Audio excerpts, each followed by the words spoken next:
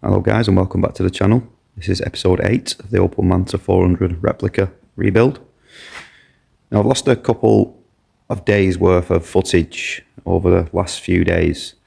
And the problem I've got is I'm recording on a mobile device or a couple of mobile devices, and the problem is that the storage backs up pretty quickly, as you can imagine, recording quite a lot of videos.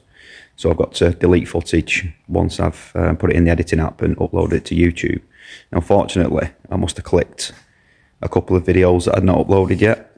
I'd actually recorded 2 episodes ready for editing, which was up to episode 9, 8 and 9. But I must have accidentally deleted a couple of clips, so now the footage basically doesn't make sense. So it's not uploadable, unfortunately, because it would be just a little bit mishmash. So in the last episode, you've seen us fit the dash and the dash clocks and a few other bits and bobs. Over the last couple of days, what I've been doing is I've masked the whole car out, as you can see, and the reason for that was I've been fitting the roof liner. Now to install the roof liner, you've got to use contact adhesive, which is like silly string. When you start spraying it around, it sort of blows everywhere and sticks to everything. So obviously I didn't want to get that on the fresh paintwork, so we've masked the car out to protect it, and we've also masked out the dashboard, the same reason, and the rear shelf. So we've masked all the whole car and then cut out around the window frames and all the doors, so that the doors are openable. The roof liner is in for the most part. There is a couple of little creases that I need to get out, nothing serious, just some very small little imperfections that I'll work out at a later date. I'll just need to waft the heat gun on that and sort of iron out those little creases. I have got some footage of sort of installing the roof liner. We did put some anti-condensation, sound deadening type stuff up in the roof aperture before we fitted this, because originally it's fitted with like a foam material which just holds water, so we didn't want to put that back in. Obviously we don't want moisture being trapped in the roof, which was one of the reasons why these roofs rotted out so badly. So I'm going to do my best to try and compile the bits of footage I've got after this clip. It might seem a little bit mishmash, guys, but I'm going to do the best I can, obviously with the footage that I've deleted by accident being missing. Again, it might be a little bit odd in the way it's uploaded, but I will do my best. Now on this episode we're going to be starting to rebuild some of the interior. I've managed to dig out some carpets, which is one there, which is pretty clean. Again, there will be some more footage added of the issues I come across with the original carpets that I had for this car, which just wasn't suitable, along with some other carpet that I found, which again wasn't suitable. That footage will be uploaded in this episode. And this is the front section of the carpet, which I found in storage, which is a really nice section of carpet with no holes in the sort of wear pad there for the foot. It's a really nice piece of carpet. We've given these a jet wash, cleaned them all up, and just hung them up to dry off for a couple of days. So we'll be installing those. Also, we are going to be restoring our rear quarter cards, and we're going to be painting these in black with a upholstery paint. We're going to be prepping these, giving them some adhesion promoter, and getting these painted black to match the dashboard. I'll show you the dash. This is the same stuff we painted this dash in, which come out really well. Grabs really well, sticks really well, doesn't flake off, sort of anti-scratch and stuff like that. So the rear quarter cards are going to match the dash top and the dash panel, just to tie that in nicely. And then we're going to look at trying to find some decent seals, get the door seals in, and we're going to start looking at getting the glass in and moving forward along that way. So I'm going to crack on now. I'm going to try and compile some footage for you, and let's try and make this into an half decent episode with what footage I've got. Back in a moment. So you probably noticed there, the car's now on its wheels. It's off the stands, it's on the ground. I've just put these wheels on temporarily just to get it on the floor so it's moving and rolling, so I can move it about and obviously get it over the pit. We've now got the pit all uncovered. It means I can get under the car start to do some bits like fuel lines, brake lines, that sort of stuff. You'll also notice, obviously, we've got the standard roll there on the back, which are still 4-stud, because I am still waiting for my half shafts to be machined and re-drilled to 5B120 to match the front. So these are the wheels we're probably going to be going with on this car, which I think will look pretty good. Obviously the ride height is still pretty tall at the minute because there's no weight in the car, there's no engine in it, there's no glass in it, and so on. So this ride height should drop quite a bit once all the weight is in the car. So I think that should sit pretty well once the weight's in. They look nice and chunky, them wheels. I am considering actually painting the centre of these gold up until this line, so all this bit gold round to here, and then have this lip machined and polished to a polished lip on the outside there. Still considering white, but I did want to go for a gold and black theme, so we'll have to have a think about that. But let me know in the comments what you think regards the wheel colour, gold or white. What else did we do? So on the last episode, we got quite a bit of stuff done. We got the brake servo in, got all the steering connected up, we got the headlights in, and we got the dashboard in, all the dash top. We painted this in satin black, which has come out really well. It looks a hell of a lot better than the original grey colour, in my opinion. We also got the steering wheel in, all the steering column in.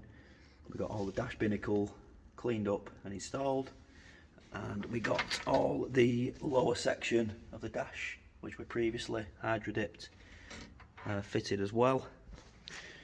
It's pretty difficult to see because it is quite dark in here. I'll see if I can get a better shot of that. Just bear with us a sec. I'll swatch this camera angle around, zoom in on that a little bit. So we got all this dash section in, which was previously hydro dipped, which has come out really well.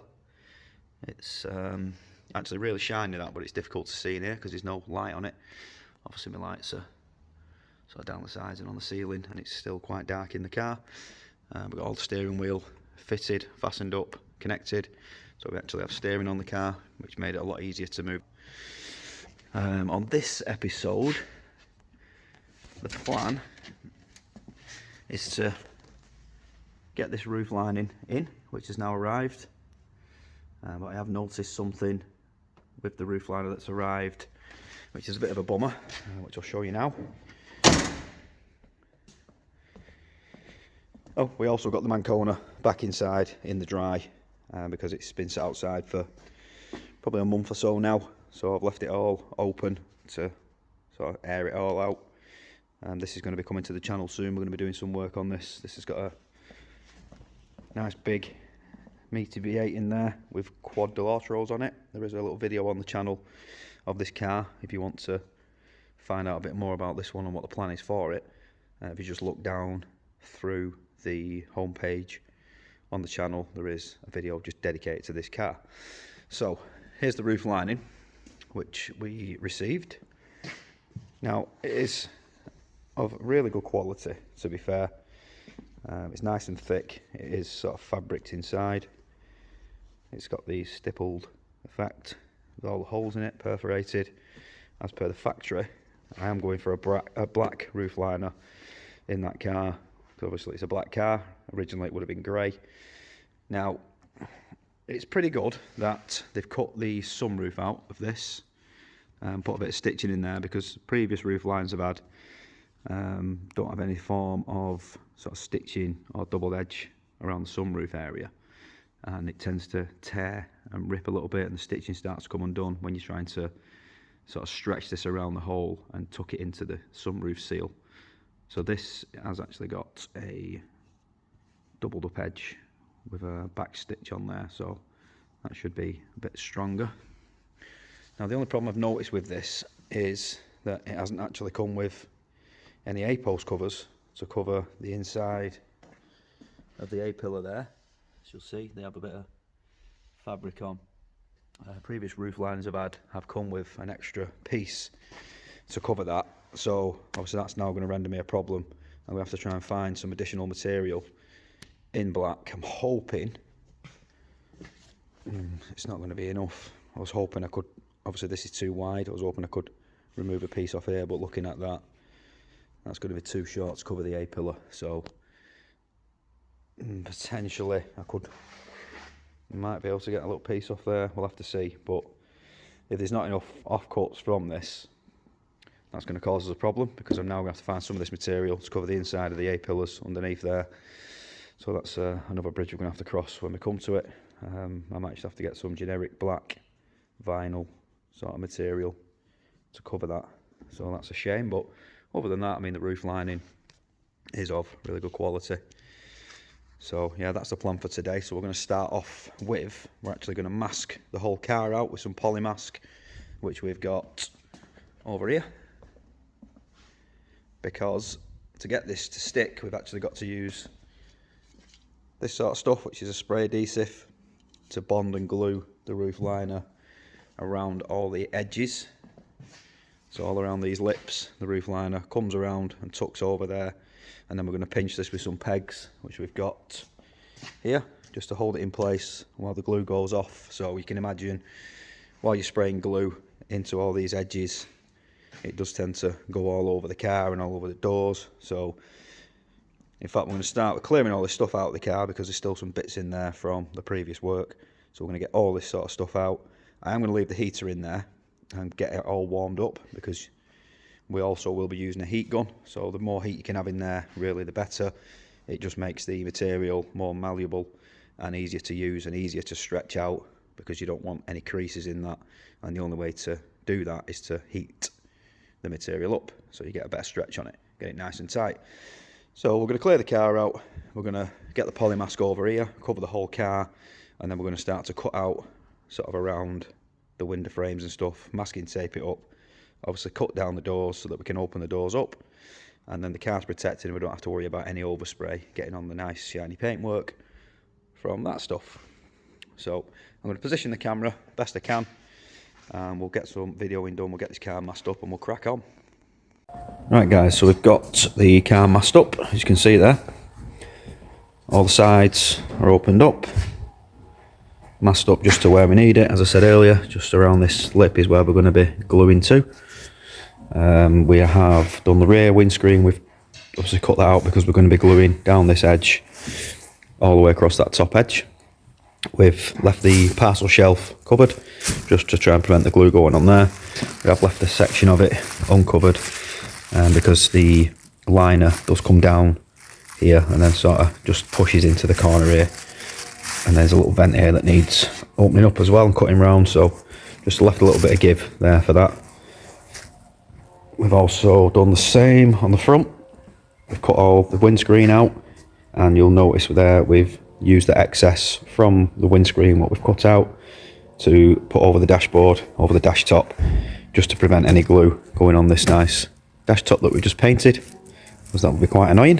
You don't want to be putting any thinners or anything or panel wipe on that if we can prevent it. So that's that section done. Now we can start to look into getting this roof lining in. I've been on a bit of a parts hunt, and I've managed to find these in the trailer.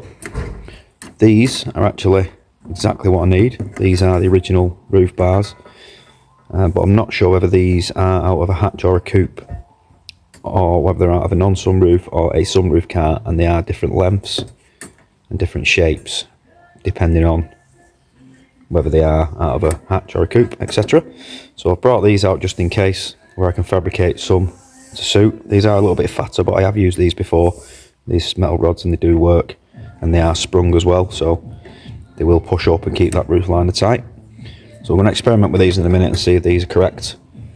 We're also going to use in here, normally from the factory, up in the roof aperture there, they have like sponge matting all up around here, all up around here, all over the sunroof tray. Now we don't really want to be putting that back in because it just holds water. Anybody that knows Mantas will probably know how badly the roofs on these rotted out, Now that was due to a couple of reasons, one being the materials they used in the roof, which was like as I said, like a foam fibre type stuff, which just obviously held water when the roof condensated. And also in between where the roof tray is bonded onto the car, they've used some sort of a foam bonding agent, which again traps moisture between the two skins. We've actually scraped all that out on this car and it's been rebonded, so all that foam stuff is out of the sunroof tray to prevent that holding moisture. So what we're going to do now is line the roof with some insulated matting, which I've got to hopefully prevent some of the moisture. I'm not going to be putting the foam back in for obvious reasons. Now if this was a non-sunroof car, they have a beam that goes across there, and it's normally advisable to put some of the foam on that beam because it sort of gives the roof line a nice shape. But the sunroof cars, we shouldn't have that problem because it's just pretty much a flat roof where the roof tray is. So I'll just show you the original material so you've got an idea what I'm talking about, and then I'll show you what we're going to be putting in this car. So up here is the original stuff.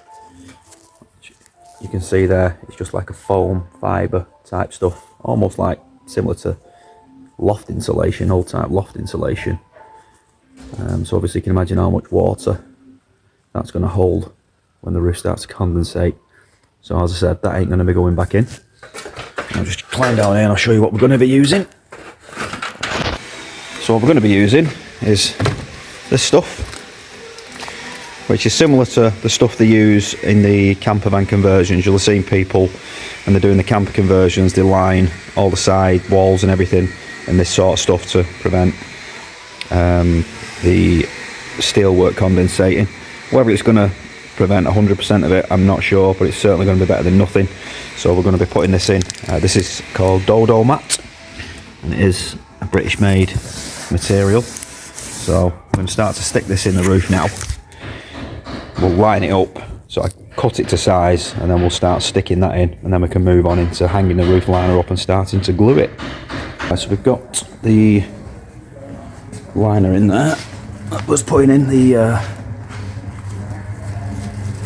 sound deadening stroke anti-condensation lining, and it's really difficult to try and get any kind of decent angle up there. You can't really see that very well, but we've got the whole roof line pretty much there in the foil insulation stuff.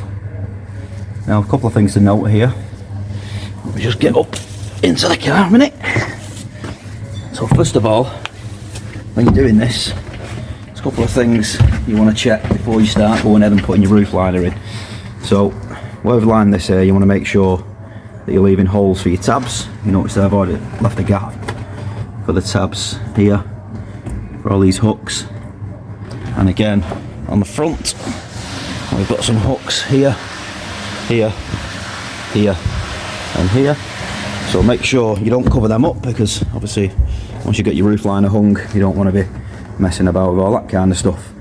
Another thing to note is to always make sure you've got your sunroof drains in, and make sure they're good and sealed properly in all four corners, because if they're not on, you can imagine what's going to happen. These are going to absolutely gash water into your roof lining, so then you're taking the whole thing out again, which obviously you don't want to do. So just a couple of things to note there, guys. Make sure your drain tubes are in, and we actually reroute these drain tubes as well, because from the factory these actually come down the A pillar, down into the A post, and then actually exit into the sills.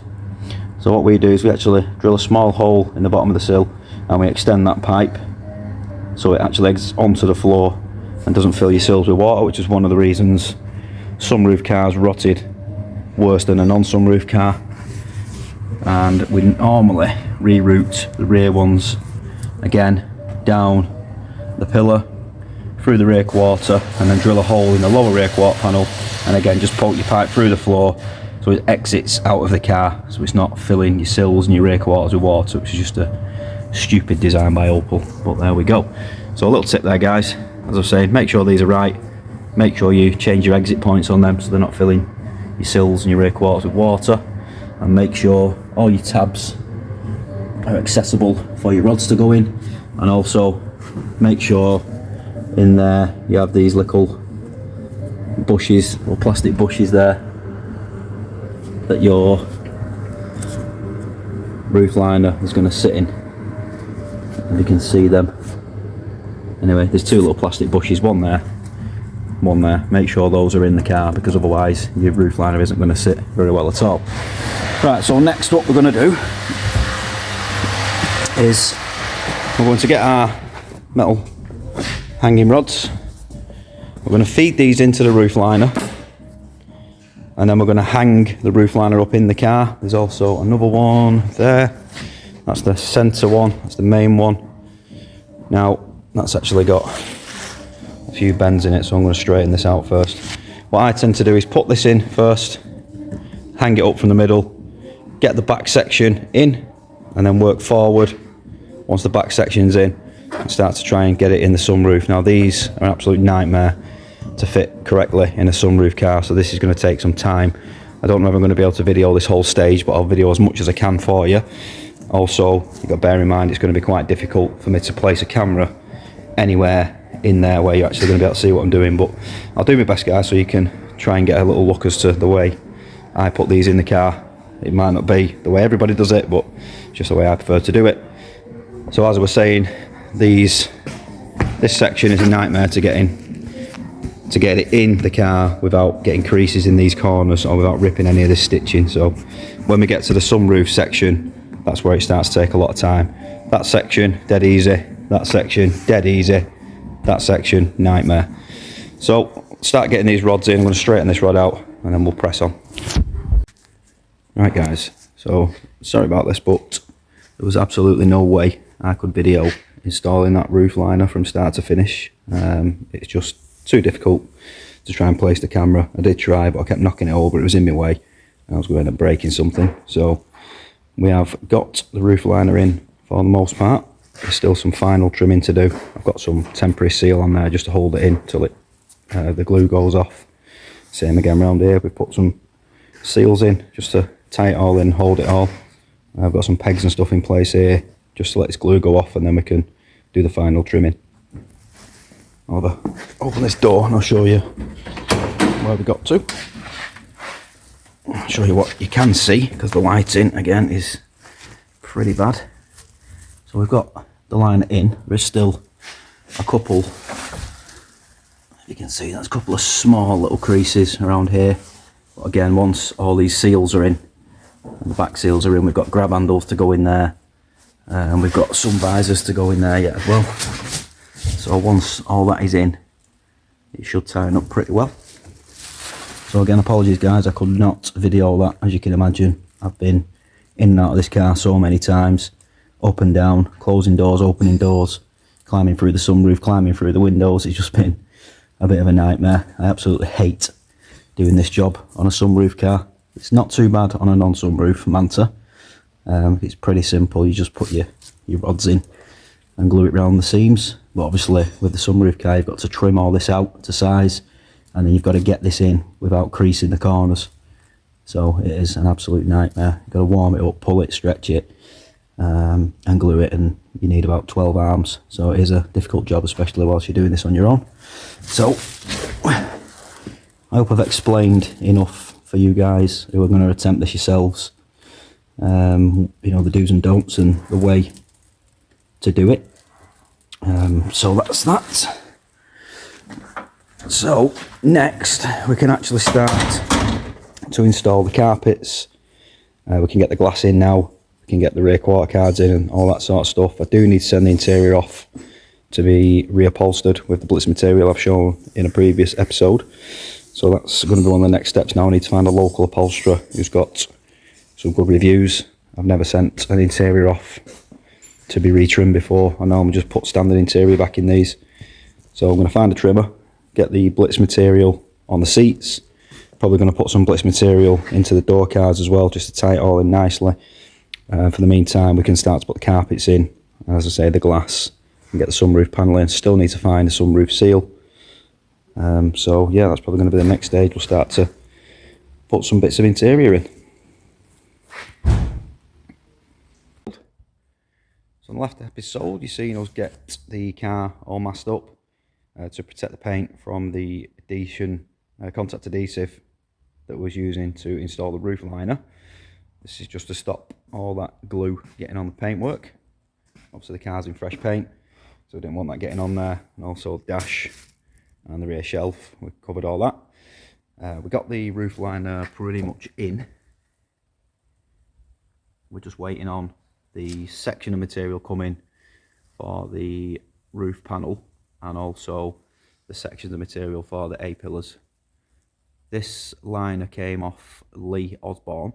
He's available on Facebook. He supplies quite a few different roof liners in different colours for different cars, coupes, hatches and so on. So if any of you need a roof liner, give Lee a shout. I'll try and drop a link to Lee's Facebook profile in the description for any of you guys that are wanting one of them. It's actually really good quality roof liner, and it went in pretty well, to be honest. There is a couple of little creases that I need to try and iron out, but nothing serious. It is quite a difficult job trying to get the roof liner in a sunroof car, trying to get it around these corners without creases. So we've managed to do that for the most part, and it's gone in. So 95% done now.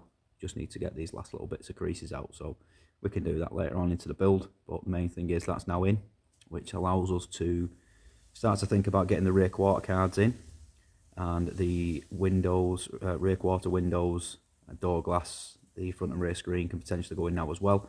You can't do any of that until the roof liner's in, because it all tucks around these edges. This all still needs trimming back yet. We've just left this in. We didn't want to disturb it until the glue sets. We put these seals in temporary. Once that glue's gone off, which it has now, we can then remove these temporary seals and trim all this up to shape. So that's a job we can do in the near future. Shortly, we're going to be looking at these rear quarter cards, which are currently in a light grey, because this car originally had the Chicago grey Recaro interior in, but we're having it retrimmed in the Blitz, which is going to be black. And obviously we're going to be putting some Blitz in the door cards. We've painted the dashboard black. And we've got a black roof liner, so we don't want the rear quarter cars to be left in grey for obvious reasons. It'll look a bit silly. So we're going to be looking at restoring these on this episode, cleaning them all up, doing a little bit of repair work on them, and actually painting these in matte black like we did with the dash.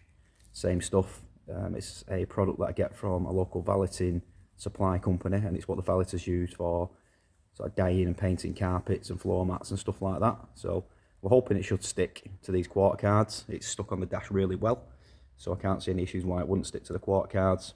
We are going to be scuffing the quarter cards up and giving it some adhesion promotion, and obviously then painting them.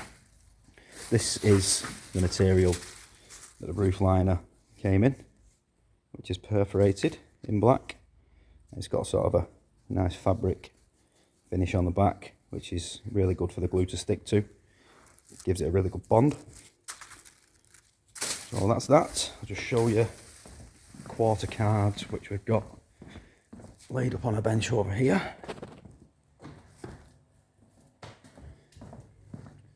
So what we've done with these, I've given them a quick blast with some G101 in a spray bottle. We've levered it all on, both door cards. We've given them a good scrub with our trusty brush.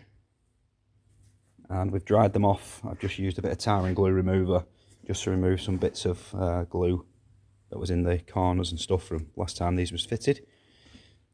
That hole is meant to be there because there is a little trim clip that holds the quarter card into the rear quarter panel. However, that is a little bit of damage, so we're going to have to look at filling that in with a bit of body filler just to smooth that off before we paint. And then once that's done, we can scuff the whole panel up, both of them, some adhesion promoter on there, and then we'll look at painting these black. Also in this episode, I'm going to look into the carpets. Now I've got a few carpets laid out here, but what tends to happen a lot of the time with this, with the Manta carpets, is these sections here actually have a steel bracket for the seat runner, and these screws which hold that bracket down are normally rounded off and rusted solid.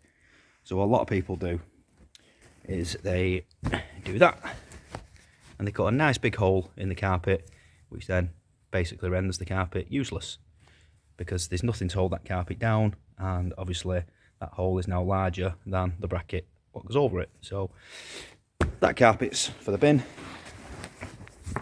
This carpet, again, yes, it is a different colour, but we are going to be painting these black anyway, so that wasn't going to be an issue. But again, someone's cut a hole in that one, so that's for the bin. I pulled this out and thought it looked really nice. There's no wear on the floor, it is covered in dust, but obviously we'd clean these off and paint them anyway, so again, that wasn't going to be an issue. So for the most part, this carpet looked really nice. But then I came over to this side to find that it looks like somebody's done some welding on a car while this has been installed, and actually melted a lot of holes in the carpet. So that one is also for the bin. So we've got 3 front sections of carpet there, which are all useless. So now I'm going to have to go over to our storage trailer, see if I've got any decent carpet in there that we can then jet wash, pile it with G101, give it a good scrub, give it a good jet washing up, let it dry, and then we can look at dyeing it black. So I'm going to go and have a dig in the trailer now, see what we've got, and I'll be back with you in a mo.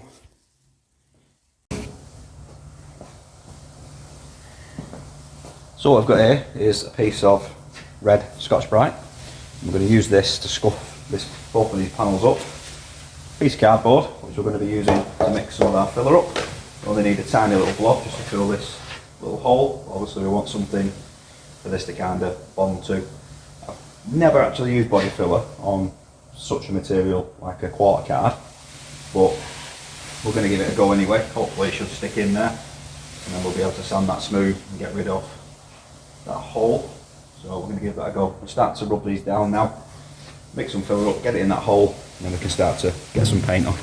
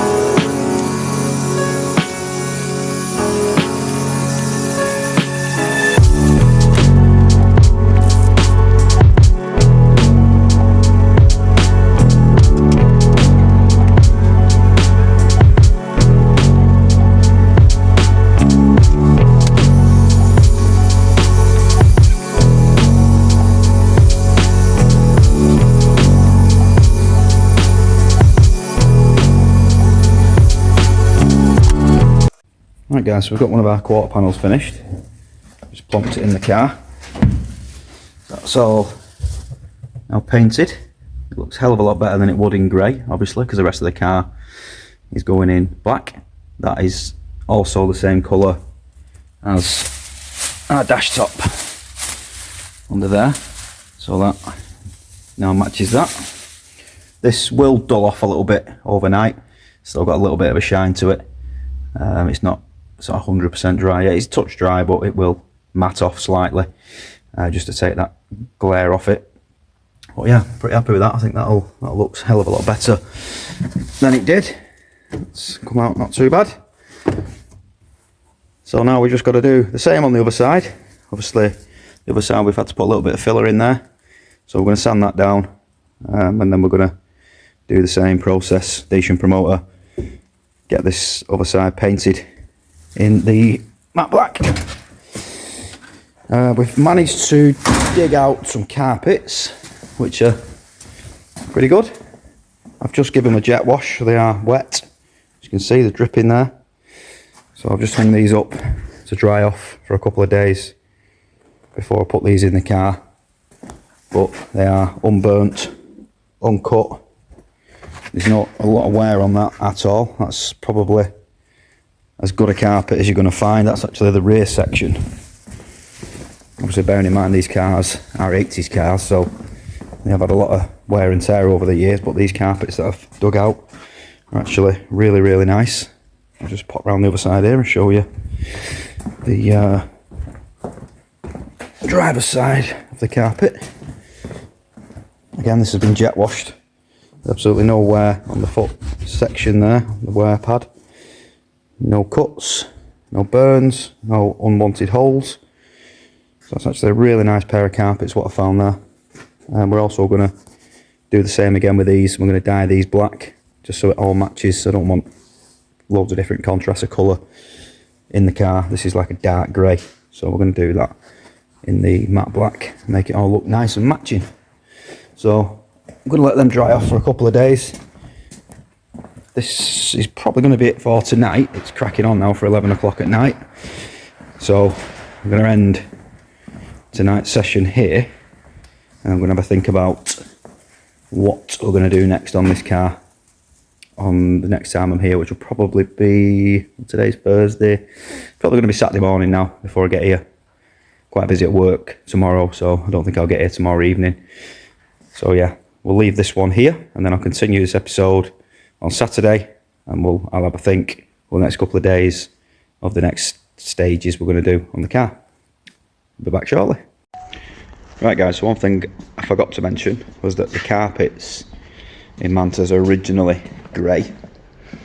Not really got one knocking about, I can show you. There's a couple up there, almost like a dark grey colour. Obviously that's not going to suit the car with everything else being black, so we've actually dyed these carpets black last night, which come out really well. It'll look a hell of a lot better in the car. So we're going to get these in the car now. Well, in fact, before we do that, we're going to have to get the seat belts in, which I've got here, because I don't really want to be walking all over that carpet once it's in and clean. So I'm going to get the seat belts put in, and then I can fasten the rear quarter cards in, and then start to put the carpet in afterwards. So I'll build the doors up, stuff like that, and start to look again the glass in. So yeah, we'll do it that way. We're going to get the seat belts in now, so I'll be back in a moment.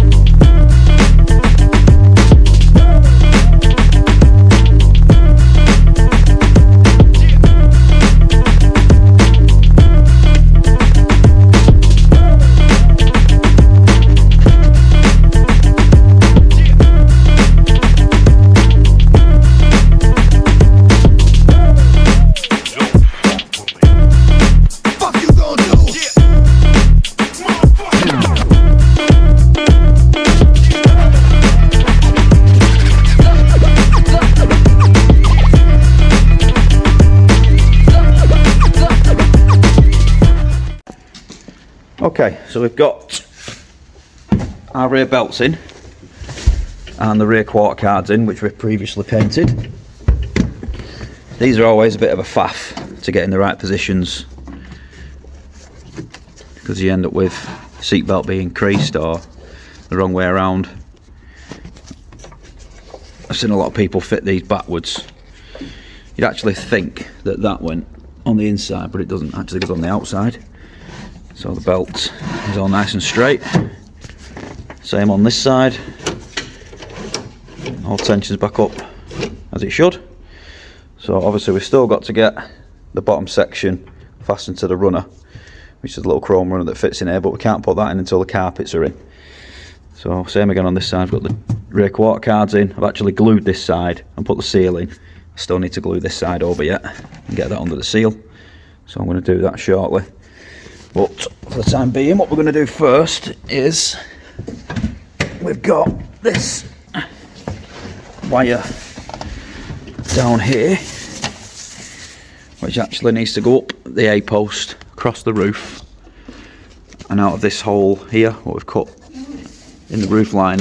So to get that up there, we have a piece of trusty old MIG wire, which we're going to feed through this hole, down through the roof. Hopefully it'll work its way down the A-post. Oh, you see it's popped out there, so we actually need to push this back.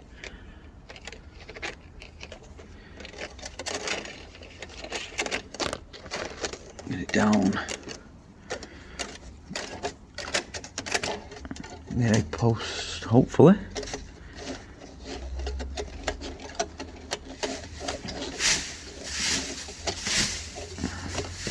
I'm just going to pause this here a minute, guys, because I'm struggling here with one hand. Right, okay. So you can see we've got our wire there, which is fed, as we said, across the roof, down the A-post, and then pops out down here. So what we're going to do now, we've taped the wire, the MIG wire, to the wiring loom, and now, all being well, if we pull this from there,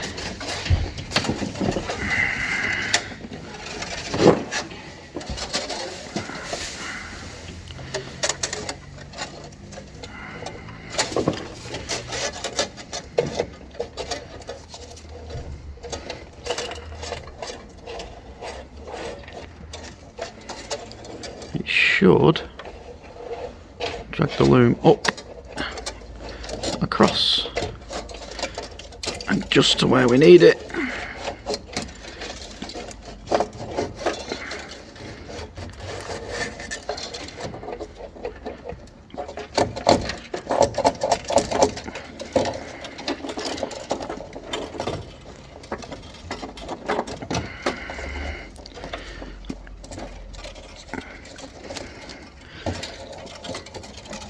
Is to there. So there you go, you can see the wiring loom now, it's poked through the roof just enough. So obviously we're going to take this tape off now, and that'll leave us with the connectors for the interior light. Okay, so the next job is going to be installing the glass. We'll give it a quick clean up, but it's going to get dirty putting it in the car, handling it and stuff, so we'll give it a proper clean once it's in. We'll just give it a quick scrape off and a scrub. So it's storage for a long time. The original glass on this car was absolutely knackered, so we had to dig around and pull some glass out of some spare doors we had knocking around. So I'm going to be dropping the glass in the driver's door first. To do that, first of all, you need to remove these bump stops which fit up inside the door in there, which stop the glass from coming up too far, because obviously it's a frameless door. So these are to prevent the glass from coming too far, and then when you shut your door, the glass hits here and shatters. So you take them out, give you a bit more room to squeeze the glass in. So I'm just going to pause this for a minute. I'll put the camera on the tripod. We'll get this glass door glass in.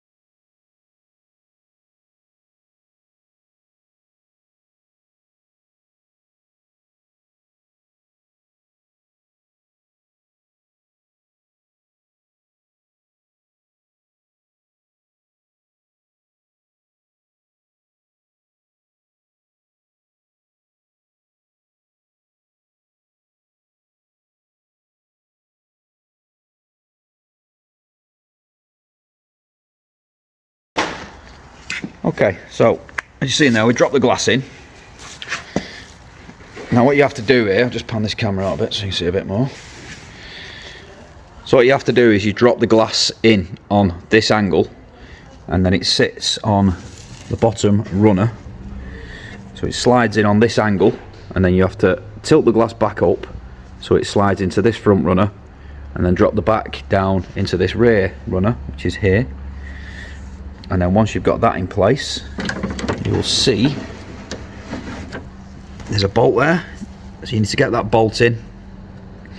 We're not sort of position this fully yet because we can't get a position of the glass correctly until all the seals are in, because this glass can sort of move forward and backwards. You can stop it moving up and down, and you can also adjust it forward and backwards very slightly. So once we've got all these sealed in around the door, then we can actually set the position of the glass so that it shuts properly and seals fully. So just a little explanation there on how the door glass is installed. We're going to jump over to that side in a minute and get the door glass in that door, and then we might even start getting the carpet in and the door seals, and we'll see where we get to with that.